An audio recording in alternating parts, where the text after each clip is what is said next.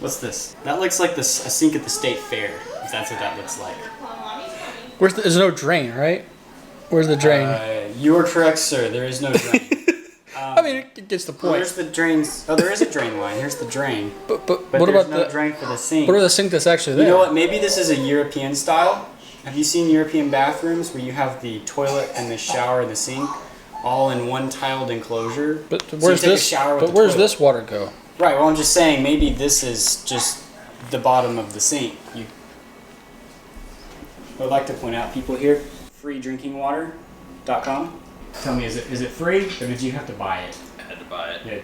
Okay. In the long run, it'd be much cheaper than what I've been spending. So it should be less expensive drinkingwater.com. We refill like 2 5-gallon jugs every 2 weeks, so it's about How much is each 5-gallon jug? $3 to fill. So $3 a week. Yeah, $3 to fill. So it'd be like $155, $160 a year. Yep. So this will pay for itself within a year, assuming that you had to do any maintenance to the dealimabopper that dispenses and cools the water. Correct. We've got our first stage, second stage, and third stage here of filtering, and then I'm guessing that this is your fourth and fifth stage. You said it was a 5-stage, right? I thought that's what I bought. What kind of tools do you need? Tell me. 1/4-inch drill bit, 1/8-inch drill bit, 1/2-inch drill bit, 5/8 and 9/16 open-inch wrench, a Phillips screwdriver, utility knife, and our scissors and Teflon tape, which they provide Teflon tape, which is really cool. They do. That means I don't have to go dig through my garage for my 5 rolls of Teflon that's maybe out there. That sounds like mine. Yeah. So the water is going to come in using some of these adapters, and we'll see what we're using. It could be they've supplied more than what we need. I'm not sure. We got a tool for removing the filters, whatnot. Water's going to come through the filters. So you got 1, 2, 3 stages, plus these 2 back here, which I'm assuming is stage 4 and 5. We got our first set of filters up there. Onto the tank, which will then run to Le Faucet. Oh look, there's all the tools. What? You know, half the job is having the tool when you need the tool. That's just gathering all the tools in the beginning. That's pretty smart. Is that pretty smart, Jacob? Mm-hmm. Yeah, I thought so too. Maybe we should work with your uncle more often. Wait, they said it was assemble it first? I figured we attached to the wall first. Actually, I saw someone else say you don't have to attach to the wall. So what are they just set it in there? Just set it in there. So I'm looking forward to do that. Just setting it in there. So I'm lazy. And here we have our sterile environment, like what you would typically see from an installation. Oh no, there's stuff in the cabinet. That's not sterile. Okay. So in reality, we're going to have a real life video where you're installing it in a cabinet that already has things. And we get to fit it in here. So we're fitting our... Well, how big is that tank? Like 2 gallons? 2.5 gallons? So yeah, we got to fit our tank in here. And the filters themselves. And be able to get all the water lines around, which really won't be too hard. These are just little 1/4-inch lines. They're pretty flexible. All right, so what are you thinking? You going to screw it to the wall? Yeah, they recommend putting it together this way first. So I'm going to follow the instructions. Okay, so first part is installing the filters. So first stage is this sediment filter. Oh. Is this sediment? Yeah. I just figured you would go... sediment filter. You would go smaller and smaller. Carbon. Well, then the second and third stages are carbon filters. This is a carbon block. They're both exactly the same. Carbon block. So okay. Just doing 2 stages. 1, 2, 3, or 1, 3, 2. I took 2. So yeah, you gotta make sure your O-rings are in there. That seems important. So we're gonna start here. I appreciate that you're not screwing it up. You're screwing it down. If I wasn't holding it, you might be screwing it up. So I'm gonna cheat. You tighten that one down pretty good, right? Yes, indeed. Off camera, so that nobody could tell how badly I did it. There you go. Good job. Part 2, installing the system.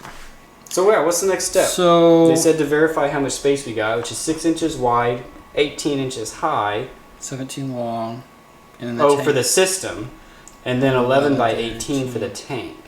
All right. So it does say you can mount to the wall, but make sure you can take it off the wall to put new filters on, because it's easier to put the filters on with it off the wall.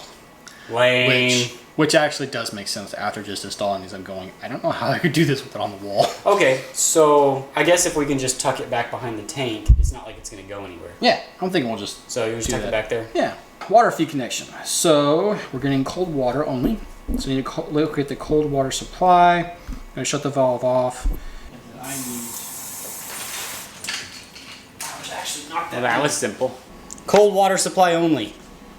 I located the cold water supply and I turned it off, and I verified because the sink was on when I turned it off and the sink turned off. Feed water adapter, 1/2 inch to 3/8 inch. Adapter goes in line on your 1/2 inch or 3/8 inch cold water pipe. The needle valve portion screws into the adapter as shown in 4A. Alright, so this piece right here, I should be able to pull off, and I'm going to want a towel because this is going to drip a little bit. I'm going to unplug the disposal as well. Alright, so we've laid a towel down here. I am unscrewing a hose from the cold water supply for the sink. You remember Mom installing the faucet at home? Yes. I am uninstalling the faucet at your uncle's house. Oh, here comes the water. Alright, that shouldn't drip for too long. Alright, so we got the rubber washer in there. Stick that onto our water valve. And this shouldn't require too much tightening. It's just compressing a rubber washer in there. So I'm not going to go more than hand tight because I got a lot of leverage on this guy. Point this guy in a direction that makes a little more sense. Okay. Alright, so now I can reinstall the faucet onto here. And this should give us the ability to turn off the water filtration system without having to turn off the sink. So if for some reason Uncle Caleb comes home and there's water all over the kitchen floor, he doesn't have to go without a sink, it just goes without water filtration. Not that we're ever going to expect that to happen. Close this and we'll turn the water on and see if it works. Not working. Look at that. And we have no dripping from any connections. We're batting 100, Caleb. We're batting 100. Hmm? If you go pee, I'll let you play some more. Alright, so what do we have next? I feel like they want us to connect the input water for the turn it off or did I killed it. okay. The input line for the water, but it's what color of hose to use. So let's take that Oh. for a second because we got. Oh, what's this? Maybe this is it. I guess this could be it. Is this our input? That's our out. No, this isn't our input. This goes to the. This is do not remove. Flow controlled inside. Flow controller inside? I think this is the drain. I think this is drain. Oh, look, here we go.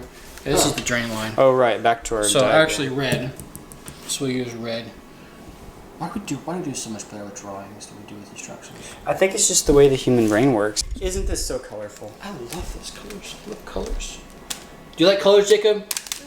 So we're going to take this nut off of our needle valve. And we've got our compression piece that was inside the nut here. So what I'm going to do is put that compression piece, oh wait, no, first put the nut on. So first I put the nut on the hose, then the compression piece. Then I'm going to screw this onto our needle valve and snug it up. Compression connections are always a little wonky. I'm not sure how much pressure to put on there. So I'm not going to go too tight, and then we can turn it on and see if it leaks. So we gotta pipe into the drain. So this guy needs a tap hole onto our drain. So we're going to put it right about there. Since that happens to be where we can get our drill. And so that's how we're gonna do it.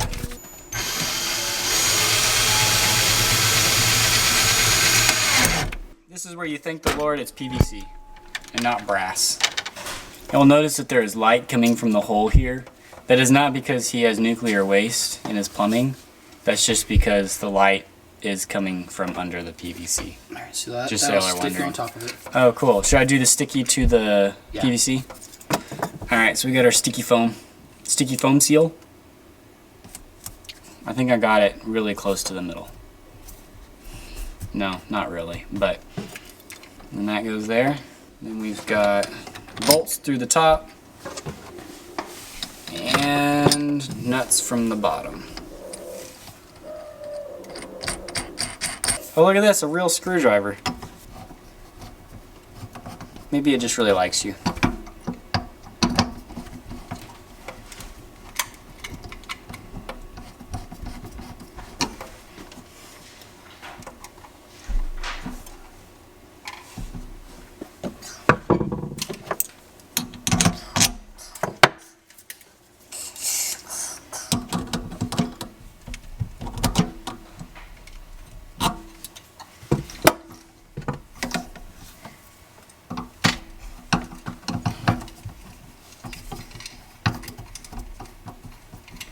So looks like this will tighten all the way down.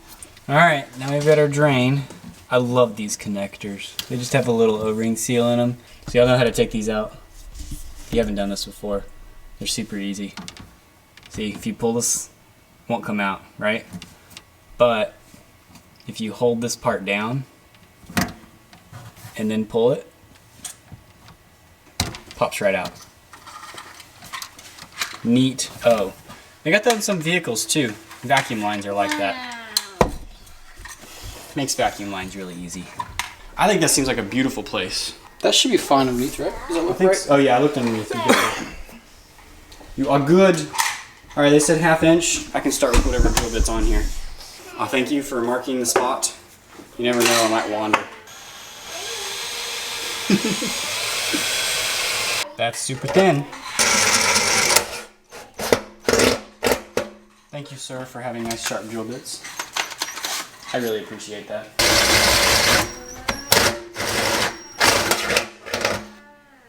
Beautiful. Alright, so we take the thingamabob and put the thingamabob on it. And then we'll put the thingamabob inside the big stainless steel thingamabob. Alright, then let's screw it in from the underside. I don't know if I'm going to get my camera up under there. People, you might just have to trust me. Now I've got to hold 2 washers on there while I get the nut on. Oh, you know, I think I got it. Wait for it. Wait for it. Aha! Found the threads. How's that feel? Oh yeah. You should be tighter? Go like another turn or 2. Okay. Yeah, it says do waterline. Waterline next? That's probably because Do the hose with all the stuff on it right here, dude. that would be amazing. Alright, here we go. Alright, so I just screwed that onto the bottom of the brand new faucet, and we'll snug it up a little bit with the wrench here. So you know how people have problems with righty-tighty, lefty-loosey? Teflon tape is even worse. Because the thing is, it's coming off of one side, right? If you go up here and try to put it on, and you're like, oh, I'll just do this, and you start going around, the Teflon tape starts unraveling a whole lot faster than you're wrapping it onto the nipple. And that just becomes really annoying. So what you want to do is wrap it around this way so that it just slips on your finger as you go around. Oh, but look, the way I wrapped it on, if I go to install a nut on here, the Teflon tape's going to start bunching up because the edge is here, and it's going to push it around. So I did it the wrong way. I just feel like this is like infinitely worse than just tightening a bolt. Getting Teflon tape on the correct way. And then it's like, how much do you use? You use enough. That's how much you use. I don't really know. Alright, and then we're going to take this piece here, which is another shutoff valve. It's nice to have so many shutoff valves, right? Because you want to be able to shut things off at different points. With the nice, another one of these quick connect fittings. So, we'll just screw this on right here. Does this tank come pressurized with air? Yes. That's pretty I cool. believe it's pressurized already, so don't. Don't hit the Schrader valve. So I was looking at this tank, right? And I'm just playing around with things in here while Caleb's actually reading instructions. Playing around with this tank, and it's got this on the edge. You got a Schrader valve right here, which is pretty cool. And that makes sense because it's kind of like my well tank at our house. Is you've got a much bigger version of this, probably like 100 gallons sitting in our garage, and it actually has a bladder in it like that provides pressure. So then what happens is at the well, it can pressurize the tank and pump like 100 gallons of water in there, and then that water then provides pressure to the house. So you don't have to kick the well pump on every single time someone turns the sink on. You got like a 100-gallon buffer worth of water before the pressure drops all the way down. So I don't know, it's pretty neat. And then of course this system needs it because you're flowing so slow. If you're only filtering 5 gallons a day and you go to turn the water on at that rate, it would take you forever to fill up a glass. But if it's filtering 5 gallons a day, you've got the pressure, you just don't have the flow. So you can pressurize this tank with water against the air bladder, and then it'll be able to push it back out the faucet when you need it. Anyway, you were waiting on me to get done, so. So when we did the red hose, getting water source, that was supposed to go in the red hose. I forgot to put that in there. So we're gonna take this back off and hope that it didn't crush the hose. It's probably fine. It's malleable. All right, so we're gonna go for our 9/16 wrench here. Oh, no, that's too big. That's interesting. This one is in fact a 1/2 wrench. I don't know why I couldn't get a half to work on the other one. Maybe it's a different size.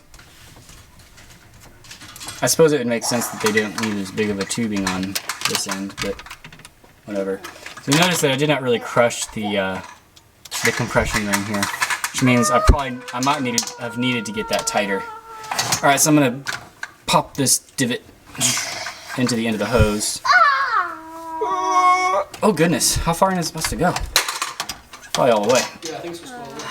And then the compression ring is probably supposed to be right up here at the end along with it.